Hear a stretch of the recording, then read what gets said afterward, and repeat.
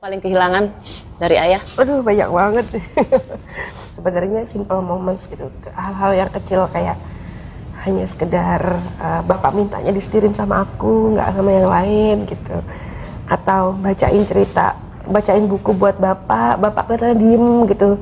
Begitu saya berhenti langsung tiba-tiba ngomong, ayah terus, jadi gitu. Atau kayak ya hal-hal kecil kayak wah gitu keluar dari mulutnya waktu bacain buku gitu, hal-hal yang seperti itu aja gitu. Atau bahkan surprise kecil yang aku nggak pernah kepikiran bapak akan lakukan gitu, kayak misalnya tiba-tiba datang ke kampus ketemu sama dosen-dosen hanya untuk sekedar nanya gimana perkembangan aku kuliah gitu. Ya itu yang bener-bener aku kehilangan banget. Terlalu banyak momen-momen yang begitu istimewa, tapi sekarang terasa sekali kalau misalnya nemu joke atau apalah, yang hal kecil-kecil juga, nemu joke yang biasanya kita bacain ke bapak, oh ini bapak ini pasti ketawa nih kalau denger ini. Atau misalnya ada kutipan dari tokoh-tokoh favoritnya bapak, misalnya Winston Churchill atau banyaklah Gandhi dan lain sebagainya. Kalau Churchill itu kan lucu, kutipannya suka lucu. Jadi saya suka bacain dulu dan sambil ketawa, terus beliau kemudian bercerita panjang lebar mengenai sejarah dunia. Sambil jokes dapat pengetahuan ya. 3 tahun terakhir sebetulnya memang itu tahun yang paling buat saya pribadi itu paling berharga ya. Karena waktu bapak masih sehat, itu kan kita jarang banget punya banyak waktu sama bapak. Nah tapi itu persis sebelum Anita menikah ya, waktu itu tahun 2006 lah. Karena bapak kesehatannya mulai menurun, jadi kan dibatasi itu pergi-pergi keluar kota, walaupun ya namanya juga Gus Dur gitu ya, nggak bisa banyak dilarang. akal. Jadi waktu itu dokternya bilang, Gus Dur seminggu 2 kali aja keluar kotanya, jangan seperti dulu. Ya memang 2 kali berangkatnya, tapi sekali pergi 3 hari. Jadi sama aja ya, cuma 1 hari di Jakarta gitu. Sekali berangkat kemana-mana gitu. Dan 3 tahun terakhir benar-benar kita as a family itu kita spend banyak waktu bareng gitu. Dan kalau yang saya merasa kehilangan sih ya itu waktu-waktu bareng dengan bapak gitu. Kalau si bungsu apa yang paling hilang? Kalau misalnya kayak bapak pulang malam gitu ya, udah malam banget, terus kita jadi kebangun. Ibu sih belum tidur, ibu kan biasanya tidur jam 2:30. Terus saya jadi kebangun karena ada bunyi pintu dibuka lah, apalah segala macam. Akhirnya kita end up ngobrol bertiga sepanjang malam gitu. Dan itu sering banget gitu. Atau enggak kayak kalau lagi Piala Dunia gitu ya, nonton bareng gitu. Itu yang paling dikangenin gitu. Awal-awal bapak meninggal itu yang paling kerasa itu kalau bangun gitu. Kok nggak dia bangunin ya, yang bangunin alarm gitu. Aduh, ini benar-benar 5 perempuan. Sorry ya, tapi bagaimana kita benar-benar mengikuti waktu Gus Dur sakit dan mengantar ke Tebu Ireng. Cuman Inayah luar biasa. Justru di saat ia ulang tahun ditinggal ayah, itu adalah sekali lagi Gus Dur memberikan pelajaran padanya. Bagaimana Inayah menangkap peristiwa itu? Iya, saya malah ngerasa waktu itu tuh jadi kayak Tuhan itu emang kadang-kadang kalau jawab doa kita tuh suka ajaib ya gitu.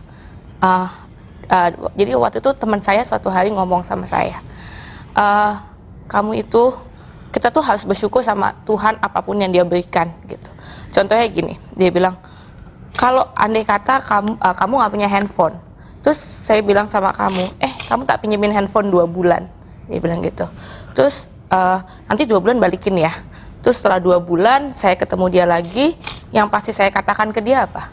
Ini handphonenya, terima kasih banyak atas pinjamannya. Tapi kenapa kita nggak pernah bisa bilang gitu ke Tuhan? Terus dia cerita, waktu bapak saya meninggal, saya bilang ya udah, saya bersyukur bahwa saya sudah pernah dipinjami seseorang yang luar biasa untuk jadi ayah. Dan waktu itu saya wah gila, nih orang gila banget gitu. Dan setelah perjumpaan itu, saya sering banget berdoa gitu. Karena kebetulan saya punya LSM yang sedang membuat konsep gimana sih menumbuhkan perdamaian itu gitu. Saya pikir salah satunya adalah kalau orang itu belajar untuk bisa bersyukur gitu. Terus jadi beberapa malam itu saya sering banget doa, ya Allah ajarin dong syukur yang benar-benar tuh kayak apa gitu. Bersyukur yang benar seperti apa? Ikhlas yang benar-benar ikhlas tuh kayak apa, karena saya ngerasa nggak pernah benar-benar bisa ikhlas gitu. Dan kamu dapat jawabannya? Dan saya dapat jawabannya, emang jawabannya nggak enak gitu, bapak saya diambil, tapi saya tahu itu jawabannya gitu. Jadi saya sekarang tahu gimana caranya belajar ikhlas sama syukur dari situ gitu. Luar biasa. Dan Ina ini pengorbanan luar biasa. Ina ini seharusnya sudah sekolah S2, disuruh-suruh sama sekeluarga. Tapi dia nggak pernah tega ninggalin bapak. Jadi memang dia pengorbanannya luar biasa buat bapak. Dan pasti bapak tahu itu Inaya. Kami kembali saat lagi.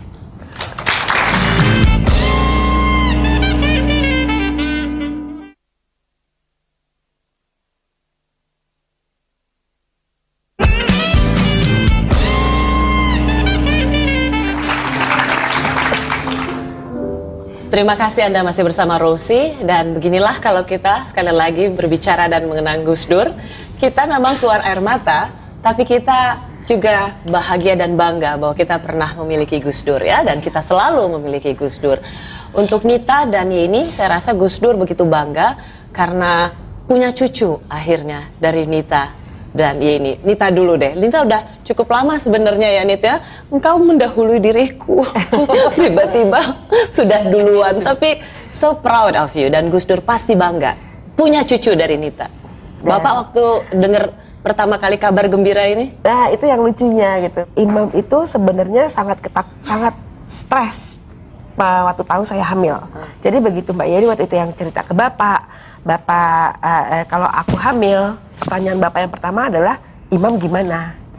Saking udah tahu banget gitu, ya? menantunya itu kayak gimana gitu, terus stres ya gitu. Dan ya buat aku itu bener-bener ya Bapak gitu, bener-bener yang walaupun gak banyak ngobrol, gak banyak ngedenger dari mulut kita langsung, tapi kenal betul apa yang ada di dalam perasaan kita gitu.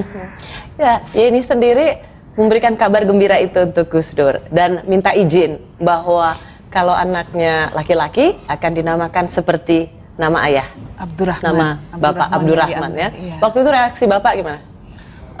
Iya, Bapak senang. Jadi suamiku Ros yang nanya gitu sama Bapak sebelumnya. Jadi dia waktu ke Bapak sebelumnya minta doa supaya ini cepat hamil gitu. Kemudian ternyata 3 hari kemudian positif dites gitu ya. Terus Mas Faris ke Bapak ini hebat loh.